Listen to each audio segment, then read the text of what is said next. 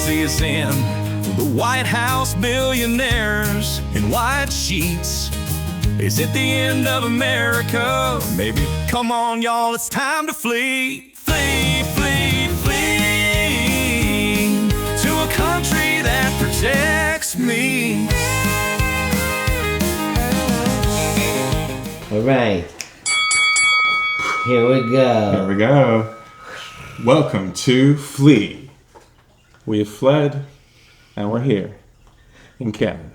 We're here in Canada, so if the environment looks different, that's because it is. We're here in beautiful Victoria. It's been about a month and a half since we arrived, and we finally have time to sit down and talk about the journey. Yes, it's finally time to say what really happened.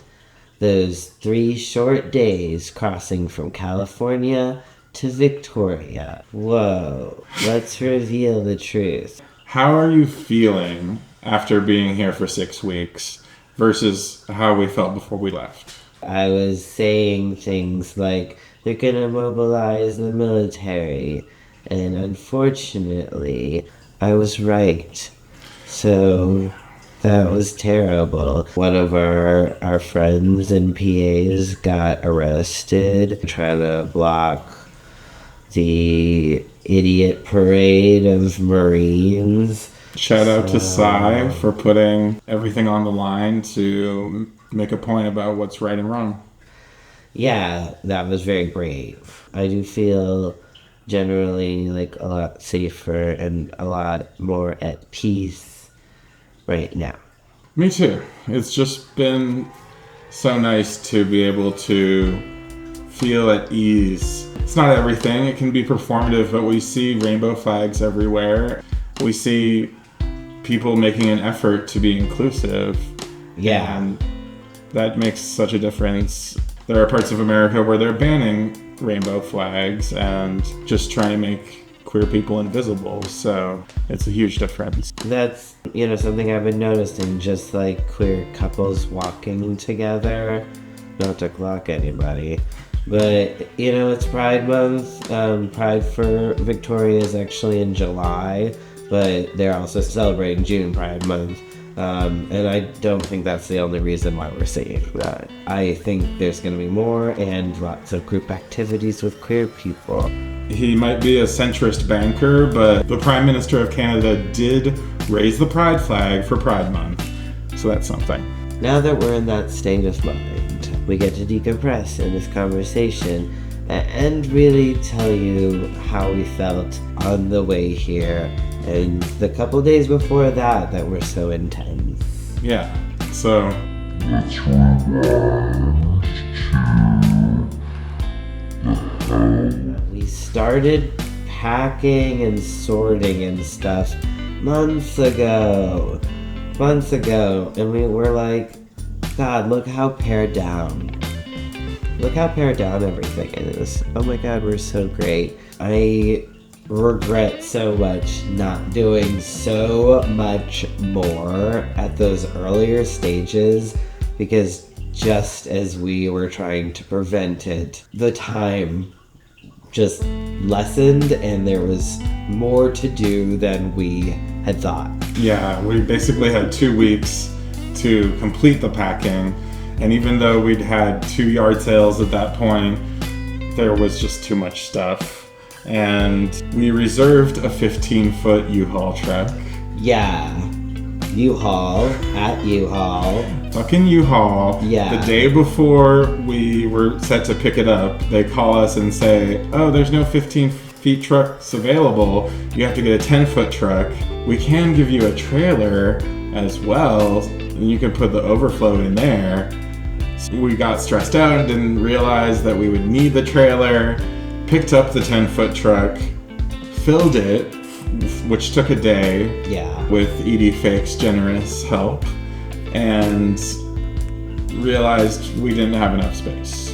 They wanted us to drive like 90 minutes to go get a 15-foot truck, but it would have screwed up our timing on what we needed to do. In hindsight, I'm like, oh, I wish we could have done that. It would have exhausted us in another way. When we went back the next day to get the trailer, they didn't know about the deal that had been offered to give us a free trailer, and we ended up having to pay another few $100s to pick that up. And it ended up making the trip so much more stressful because reversing or trying to park in a truck with a trailer attached to it is a nightmare. It just kept swiveling the wrong direction. None of us could really do it well, but Catherine had more experience, so we often defaulted to Catherine to Guy. She couldn't drive the truck. It was crazy. We'll get into driving of the truck, but we did have one silver lining. It felt like a blessing to the trip, and I was like, okay, everything's gonna be all right. The trailer had a drawing of Anne of Green Gables on it. The trip was blessed by Anne of Green Gables and the spirit of Lucy Maud Montgomery. Lucy Maud Montgomery. We got the truck, we got the trailer. We spent probably 16 hours loading both, and our dear friend and desert neighbor, Edie Fake, did so much to help us in that process. We couldn't have done it without him. Yeah, the loading of the truck was, I think for me, like the beginning of the end in terms of my energy. I just remember being so slick with sweat, and I couldn't hydrate enough, and I couldn't like sit down and take a break either. We were just going insanely fast, and as I have some cleaning skills, I volunteered to clean the house for a few hours. Of course, that cut like an hour or two that I was imagining stretched into over 3 hours, almost 4 hours. So that was bad. A bad start to the long trip. Yeah, we started day one of travel having had between 3 and 6 hours of sleep each, and we would continue that pattern for the rest of the trip. One thing that happened was that we were heading to Huntington Beach, so we were picking up Catherine, our third person. Now, if you've been paying attention, Catherine cannot drive the U-Haul. Only Graham and I are switching between the U-Haul. It already is kind of like a crazy plan in terms of what we're going to be doing and how much time we have every day.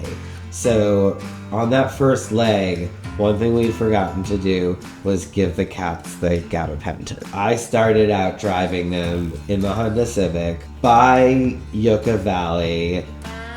There was poop. Then there was throw up and pee by Huntington Beach. And a lot of drool. Puma drools when he's stressed out. I did things for fatherly reasons that are so disgusting to me. Just like holding the items, we'll say. And we made it to Huntington Beach, and I immediately after trying to get the cats situated and trying to actually get them to eat something so that they would ingest some gabapentin, I had to like shower off and clean my entire body and change my clothes because it was disgusting and I was covered in stuff. So that actually made it so we were even later. And it was the first time we also realized that the truck was going to go a lot slower. Right. The truck can only go 55 miles per hour with the trailer attached to it, technically. Right. I did go a little faster sometimes, but it was a little sketchy. It was sketchy. It was crazy, and it also rained one night, and you were driving through that. It was, mildly terrifying. And the cats never really felt great that first day, but we did start administering it first thing, and they had a much better time after that. So we got to Oakland around 2 or 3 a.m. Right. Had to take everything out of the car, take the cats into the hotel room. Cat carrier, litter, a couple toys, the food, Our bags. our bags. So every time it was like a couple trips. Yeah, so we didn't get to bed until 3 a.m. No. Woke up, I think, at 7 in order to get breakfast. And in order to keep the schedule, because we were trying to get a good night's sleep still. We were trying to get to Portland by like 8 or 9 even. That was our modest goal. So we started day 2 with multiple overlapping crises. We were on the way to the breakfast and I had just parked and then you guys got a flat tire. That was crazy. It was like, you know, in a busy city kind of neighborhood, you were able to mobilize eventually on that, but not before I had to drive the truck over there to look for the lug nut that had been lost. The Honda Civic has a special lug nut that has been lost twice and is needed in order to change a tire. And this time we couldn't find it anywhere. It's possible that the AAA driver accidentally took it away. We ended up having to get entirely new lug nuts for that tire and the other tires so they would match. Yeah, there's a key thing that they had to break so that we no longer have one that you can just take off. So that ended up taking 3 hours at the tire shop, plus the tire shop had us go to an AutoZone afterwards to get more lug nuts because they didn't have enough lug nuts. Meanwhile, I lost my wallet. We have only theories to know how this happened. It was found on a street that I did not drive down until I went to pick it up. I believe that I left it on the hood of the Honda Civic and that Graham and Catherine went down that street and that the wallet flew off into the bike lane. That is my best guess. A very kind man messaged me on Instagram and eventually, took a break from work and drove down and gave me the wallet. So it had, my driver's license in it. It had my passport card, and it just had all my shit. And we wouldn't have been able to deal with that problem on top of everything else. So. Yeah, it was kind of miraculous that the guy who found your wallet was able to figure out how to contact you on Instagram. Yes, he became an instant fan of our film stuff and our journey in general and knew about those things when he caught up with me in that parking lot of the Target. So that was pretty amazing. We definitely want to shout out Catherine here.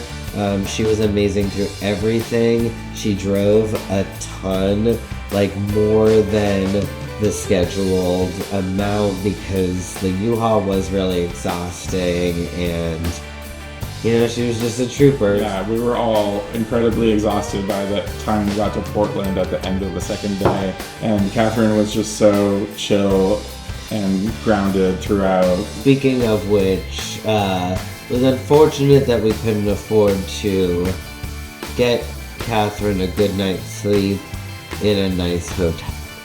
But we had to go on economics here. We were really trying to find the cheapest one because we had a budget laid out. And we got the worst hotel probably that I've ever been in.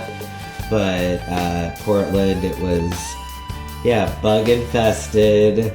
It was kind of a druggy, sketchy place. Lots of maybe long-term residents, and when we got to our room, it had someone's clothes in it, and the shower door was open, and the TV was on. Yeah. It was just like hello, is someone in here? And I was like, I had to go back down there. It was freezing outside. We were just freezing, you know, and I was like trying to get his attention because it had taken 15 minutes for somebody to come to that window outside in the first place. It was the place from hell. Here's a picture. When we got to the second room, it had a bathroom that was beyond the pale. Yeah. The bathtub was untouchably dirty. The ceiling fan was completely covered in dust. There was a big daddy long legs. It was so gross. It smelled like cigarettes. Yeah, everything smelled like cigarettes. Everything smelled like cigarettes. There was a creepy lady outside. Everything. So terrible. On the second day, at the end, also, I had a Blackout Experience at the wheel, which was really a tan color experience. I believe it was, you know, a mix of what I was seeing. I was really tired, and I could feel, you know, that buzzy feel when you, like, kind of get, ooh, like, I'm gonna fall asleep. I'm just gonna fall asleep on my feet. And it's just, at this time, it just took over my body. My whole body was buzzing. I was trying to stay awake, but I think my body was like, go to sleep, go to sleep. In my mind, my thoughts were weirdly lucid, and I was like, you have to wake up and be able to see the road again. So it was like 25 seconds or so, and it was so scary. So I almost died. After you blacked out while driving, you pulled over. Oh yeah, there were beautiful mountains. This was in very, very northern California, and there were all these cats, mountain strays. There were like 7 or 8 cats, and they were super cute. And it's a fetish. Yeah, that was like kind of a magical experience. Day 3, we woke up bright and early, said goodbye to Catherine so that we could drop her at the airport, and started going to Port Angeles, Washington. It was kind of nerve-wracking on that drive, just in terms of like, okay, we're gonna get there, and then we have to go through immigration. I was just stressed after 3 days of driving and knowing that that was coming ahead, but by the time we got on the ferry, we finally felt like a little bit more peaceful when we were on the water. Yeah, it was still stressful to get onto the ferry because it was like something that I don't think I've ever done, you know, drive onto a ferry. But once we got up and sat down, got some snacks, I felt a bit better. We crossed into Canada. You know, the border stuff was as scary as you might expect, but it ended up being smooth because once I gave the guy the letter that was like the rundown of everything, it was a lot better than them asking questions and stuff, because it felt like, I don't know, I'm gonna mess up when I have it right here. So I was driving the moving truck and had to open it up for inspection, but luckily they didn't make us take everything out. They kind of just poked their head around and said, okay, looks good. yeah. So it was a lot smoother than it could have been, and probably much nicer than going the other way from Canada to America. Sure. The border people then gave us directions to our new apartment because our phones suddenly stopped working, but it was a real relief. I think from the beginning, were getting a sense of what the place was, just from the colors and the trees and the weather. Driving through town just to get to home, we saw a lot of like what the city has to offer, you know, especially for tourists, but it has great docks with boats and, you know, good food fare and nice old buildings, old hotels to stay at. Yeah, a lot of gorgeous Victorian homes, very San Francisco vibes in terms of the architecture. So many food options, which coming from the desert is a huge thing for us. This place has given me a little bit of a refresh.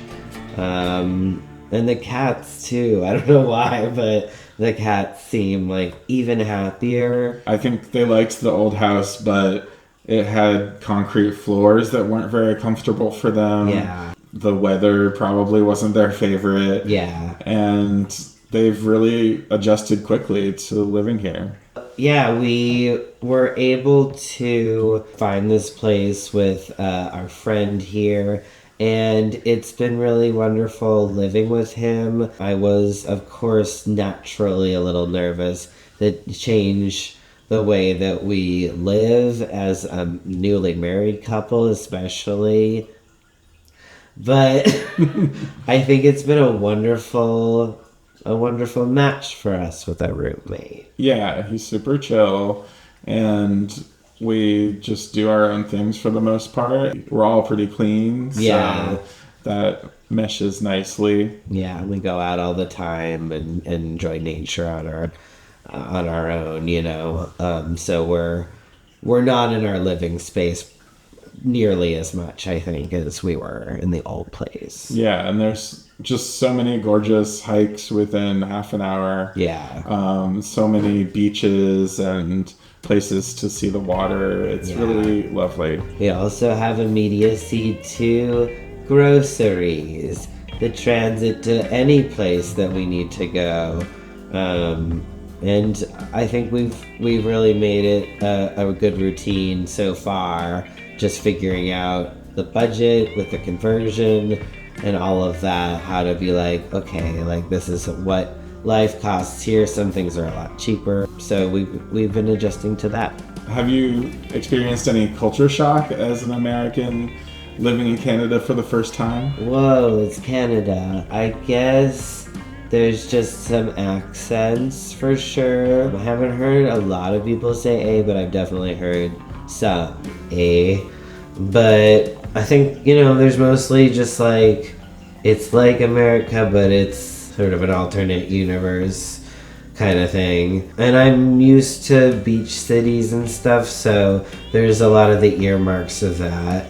The one thing that makes me go, whoa, we're in Canada, is when we can see Washington across the water. The only differences have been so minor. I was a little shocked when I went cannabis shopping for the first time, and they didn't even card me, or there was no like security gate and all of that. It's a country where it's legalized nationwide, and they treat it like alcohol. It's really like the vibe, and also it's definitely the vibe with medicine, that they're not going to gatekeep things and gatekeep personal decisions. So we've been loving it. We have been watching from outside the US the descent into fascism, ICE raids, the military being mobilized. Yeah, the National Guard and the Marines sent in from 29 Palms to Los Angeles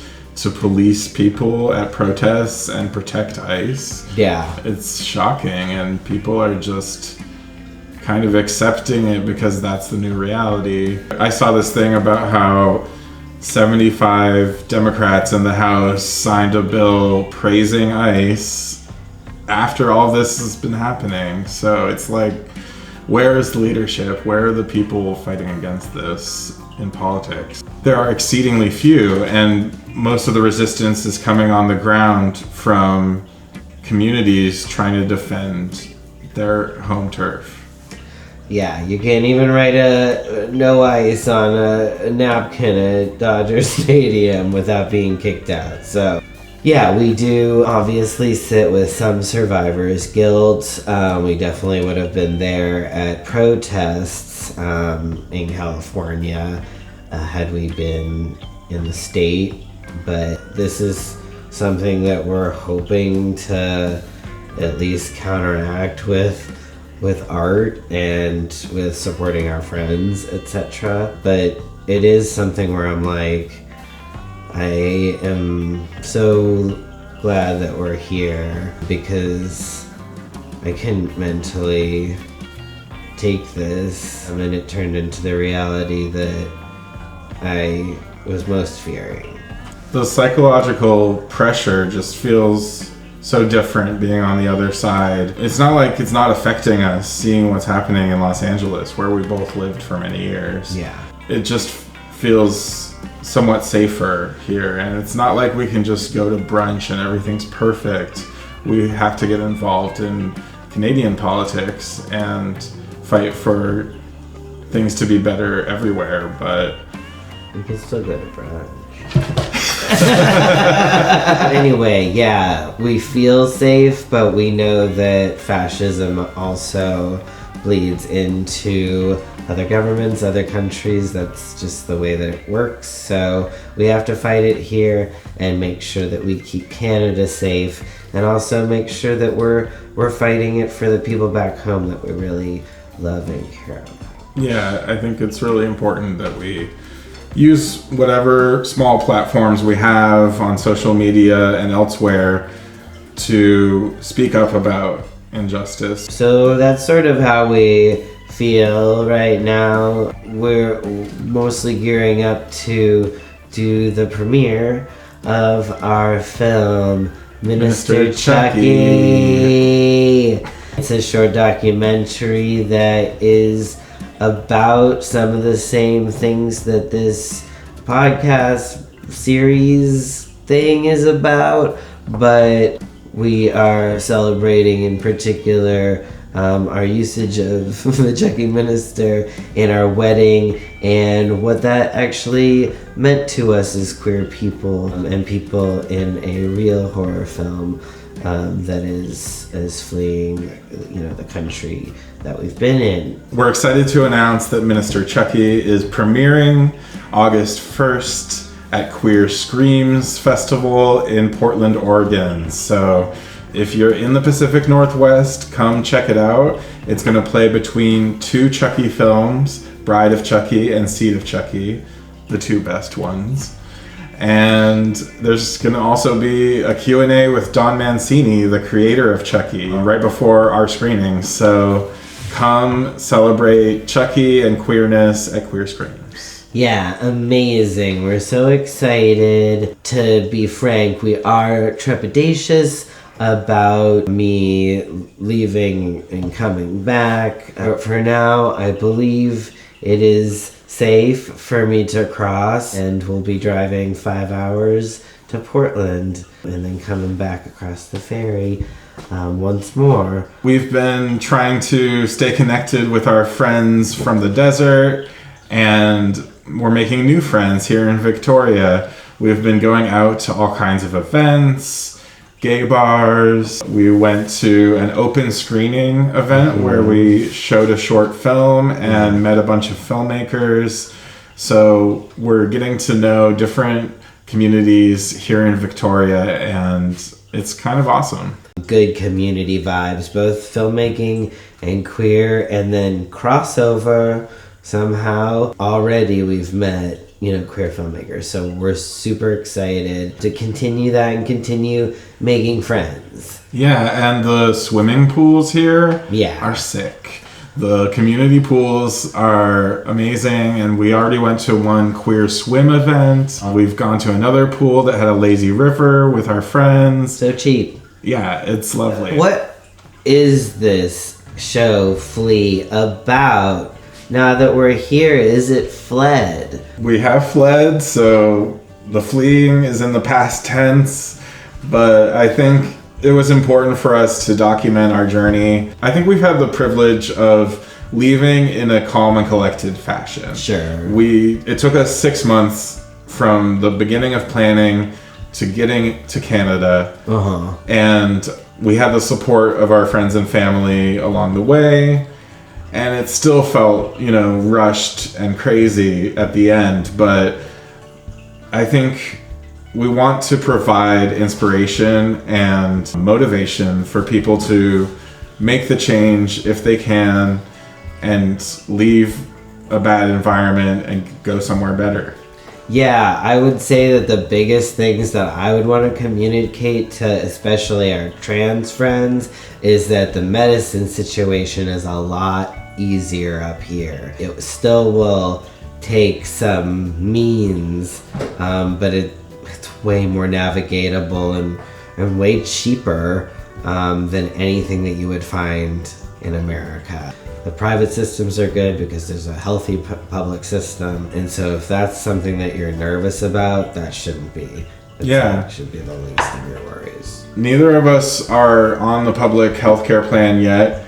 Mine is supposed to kick in August after I've been here for 3 months. Your plan is going to take a little longer because of your immigration journey, but we've both used private healthcare for our prescriptions, and I went to the dentist, and it was actually like chill and not much more expensive than these similar things in America. It was insane. So if I'd known, maybe I would have traveled to Canada for my meds before. But yeah, that has been lovely. These are some shock questions. Ready? Babe, if we had to do it again, would we still?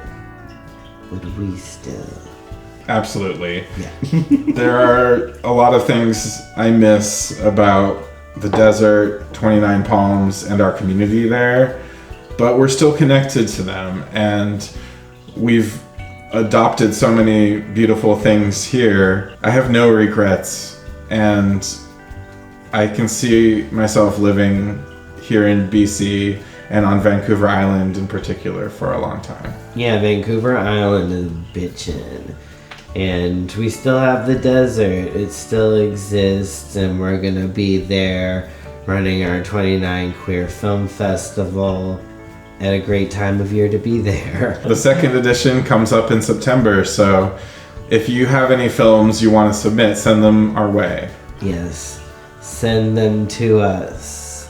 And finally, what do you hope this film says to people still trying to escape? Well, I can understand that there's some people watching this going, you guys are so lucky, you don't even know how lucky you are. You're so privileged that you got to leave. So I'm sure there's some anger that's happening, for some people.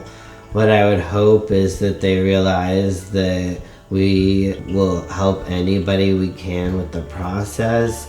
We made this decision for ourselves, and we hope that they make decisions for themselves in their lives. But it is very expensive. Highly recommend marrying somebody and just getting the money from your relatives as a wedding present. But we were lucky on a lot of levels. We understand that it was such a strange unicorn, our situation. Yes, we've been very privileged to be able to do this, but I think what I wanted to communicate to people is if you're thinking about doing it and you have the opportunity, go for it. You can make it happen. You can change your life. You don't have to live in America, and you might be happier here or somewhere else. Just go for it. Leave America. Leave America. Flee. Flee.